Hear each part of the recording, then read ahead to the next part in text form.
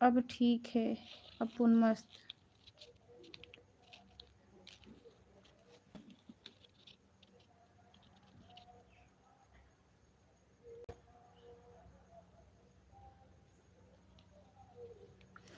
डूब के मरने का जी चाहता है।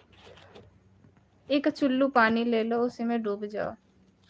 जाके ऐसे अपने हाथ में पानी लेना, ऐसे इस हाथ में पानी लेना, उसी में से डूब जाना।